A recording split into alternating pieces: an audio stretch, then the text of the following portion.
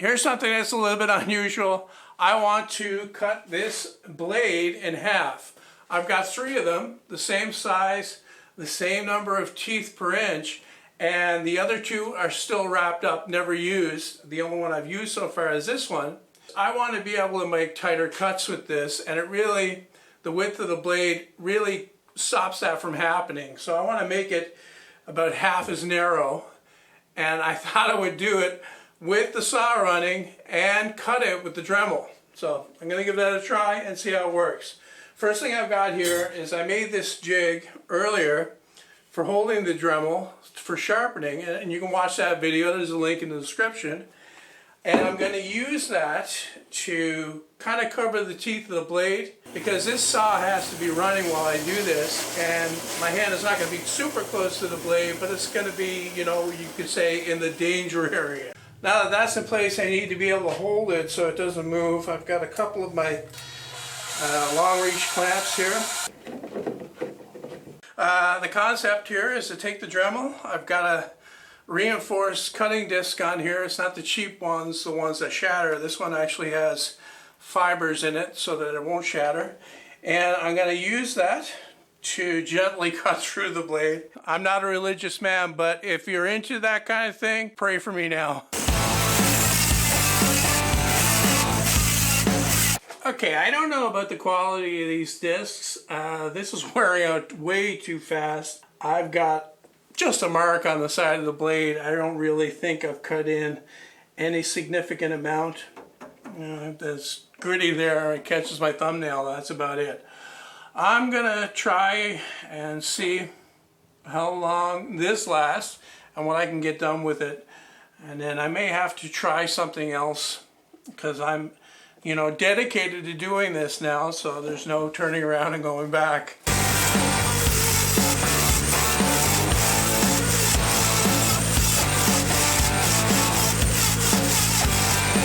Okay, clearly those ones are junk. I bought a cheap Dremel a couple years ago, 4 or 5 years ago actually, and it came with a bunch of cheap accessories. Now I don't know if that was a cheap one or if the one that I'm putting on here now is a cheap one. I'm going to try this one. Visibly this one's different. It's got a finer mesh, and hopefully it cuts through. If not, I'm going to switch to these standard ones that don't have any fiber in them and see how that goes. If those don't work, I'm going to have to switch to the grinder.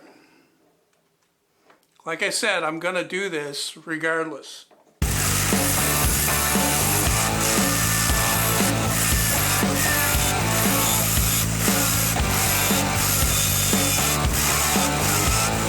Okay, this one's holding up better, but it doesn't seem to be getting the job done, and you know, I really need to get the job done here. I need to cut through this. This is a fairly thick blade. I'm thinking that this is, I don't know, 30 or 35 thousandths of an inch thick. I would estimate that I've cut in about, I don't know, 2 thousandths, maybe 3 thousandths.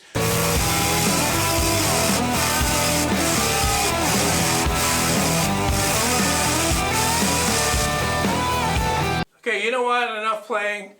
There's probably going to be a few of you that are going to think that, you know, I was going to do this anyway. I was eventually going to get to the grinder because it's the most dangerous looking. But that wouldn't be the case. I really want to do this the safest possible way. The only thing is, I want to get it done today. I don't want to spend the week trying to cut through it. I'm not even going to bother with these little you know, standard discs. I think they'll just blow out immediately. So I'm going to go to the big gun here.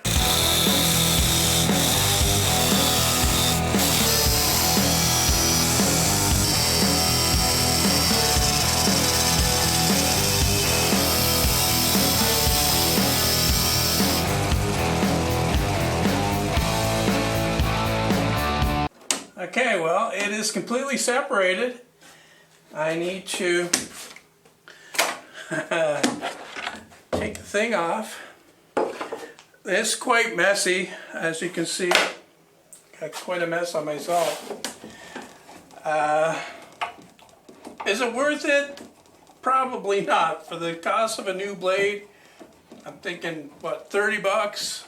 Plus the time it takes to get here. But you know what? It's interesting. This is the kind of thing that I would do, you know, when I was younger, without even thinking about it. Because if I needed a narrower blade and I had a wider one that I, you know, extra wider one, no problem. Cut the, the wider one down. So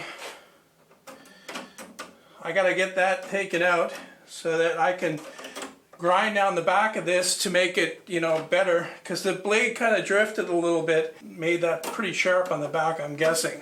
Wow, what a mess. You know, when you think about it, really there was no way that the Dremel would cut through this in any kind of, you know, fast manner. You look at the length of the blade, 120 inches, that's 10 feet.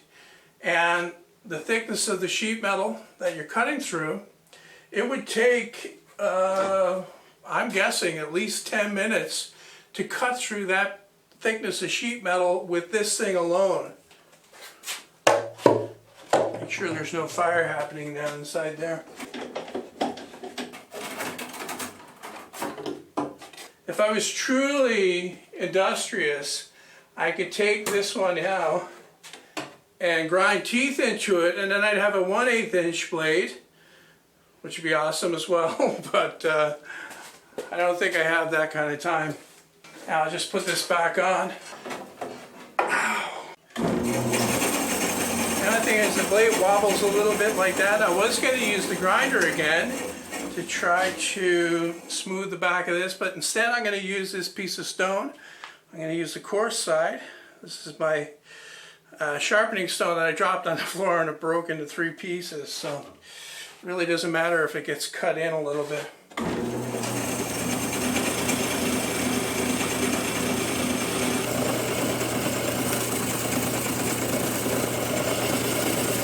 I got the blade all cleaned up. I got myself all cleaned up. That stuff was really starting to make me itch, so I had to go in and wash it off.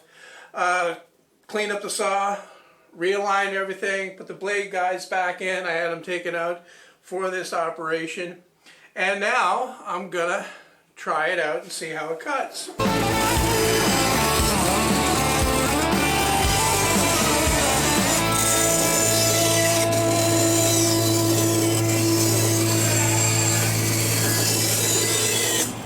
Well, not bad at all. I can say mission accomplished. I never look for a smooth cut from a bandsaw. I'm always making rough cuts, then I'll take it and sand it to smooth it out. I have already a 3/8 inch blade, but it's a really fine tooth one. I think that this might be 10 teeth per inch. Anyway, it got really dull, and I think it would be a bit of a nightmare to try to sharpen this one. So this one will be the one that stays in here, at least for now. I'll put in a big one, a new one, if I need to rip anything, but this can stay in here for now.